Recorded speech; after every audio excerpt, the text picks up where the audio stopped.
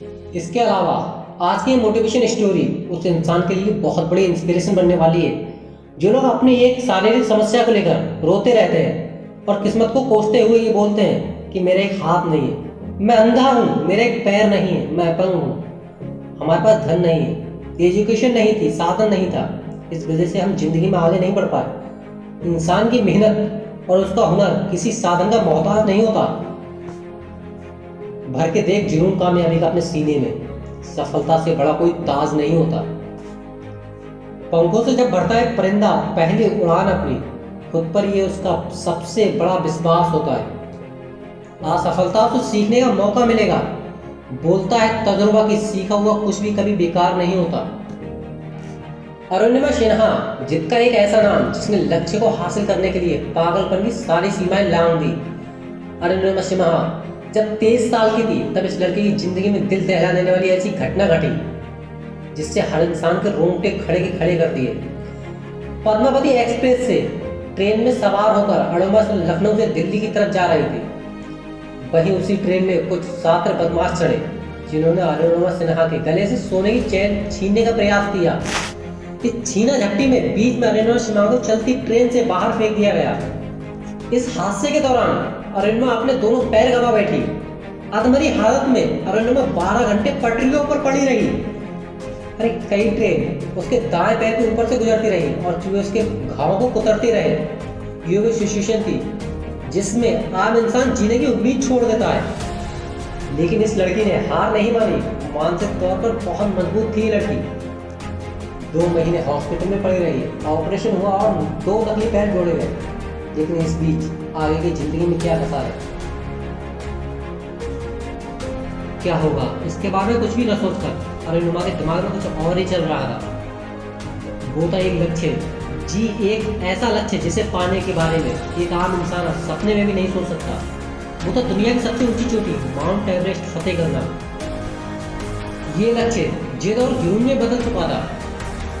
इसी जिद और पागलपन के चलते एक दिन अरुणिमा माउंट एवरेस्ट को फतेह कर लेती है। तिरंगा लहराते हुए इतिहास के पन्नों में अपना नाम हमेशा के लिए दर्ज करवाती है। अब करोड़ों महिलाओं एवं अपंग व्यक्तियों के लिए ये इंस्पिरेशन बन जाती है कि इंसान शरीर से नहीं मन से अपंग होता है। अगर खुद पर हो विश्वास और जिद ठान ली जाए तो हर लक्ष्य को हासिल किया जा सकता है। अगर पैर में मोच आ जाए तो मंजिल तो दूर की बात है, चल पाना भी बहुत मुश्किल होता है। लेकिन 10 साल की उम्र में ही मानसी जोशी को बैडमिंटन से मोहब्बत हो जाती है। मोहब्बत पैशन बनता है और पैशन जुनून में। फिर एक सपना सजाती हुई लड़की जिद बना बैठती है गोल्ड मेडल जीतने की। इस लड़की ने अपने आप को इतना ट्रेंड कर लिया कि जब ये स्कूल में थी तभी डिस्ट्रिक्ट लेवल के मैच जीतने लगी। लेकिन एक हादसे में इस लड़की ने अपना एक पैर खो दिया। दोस्तों, ये एक वो सिचुएशन थी जिसमें बड़े से बड़े ताकतवर लोगों के हौसले और सपने धरे के धरे रह जाते हैं। लेकिन मानसी जोशी का मन में विश्वास का दरिया बह रहा था जिसने उसे हिम्मत न हारने दी और अपने सपने को एक नया मुकाम देने के लिए प्रेरित किया। मन से बहुत मजबूत इरादों वाली लड़की और उससे ऊपर थी उसकी जिद, इसलिए ये घटना उसके इरादों को विचलित नहीं कर सकी। 2 महीने हॉस्पिटल में पूरा ट्रीटमेंट चला और एक आर्टिफिशियल पैर जोड़ा गया। मानसी फिर से अपने पैरों पर खड़ी होने लगी। मानसी रुकी नहीं, धीरे धीरे चलना शुरू किया और दौड़ने की प्रैक्टिस शुरू कर दी। मन में जुनून लिए बैडमिंटन की प्रैक्टिस दोबारा शुरू कर दी। उसको ये ताकत एक बेहतरीन खिलाड़ी बनकर गोल्ड मेडल लाने के पागलपन से मिलता था। मानसी ट्रेनिंग लेने के लिए कोरेला गोपेन एकेडमी पहुंची और वहां जाकर बोलती है, मुझे पैरा बैडमिंटन वर्ल्ड चैंपियनशिप जीतनी है। इस ट्रेनिंग के दौरान तमाम उतार चढ़ाव के बाद भी दिन रात प्रैक्टिस करके कम समय में मानसी खुद को इतना ट्रेन कर लेती है कि 2015, 16, 17, 18 4 सालों तक मेडल्स पर मेडल जीतती चली जाती है। समय आता है 2019 का, जिसमें पैरा वर्ल्ड चैंपियनशिप जीतकर गोल्ड मेडल जीतकर अपना सपना पूरा करती है।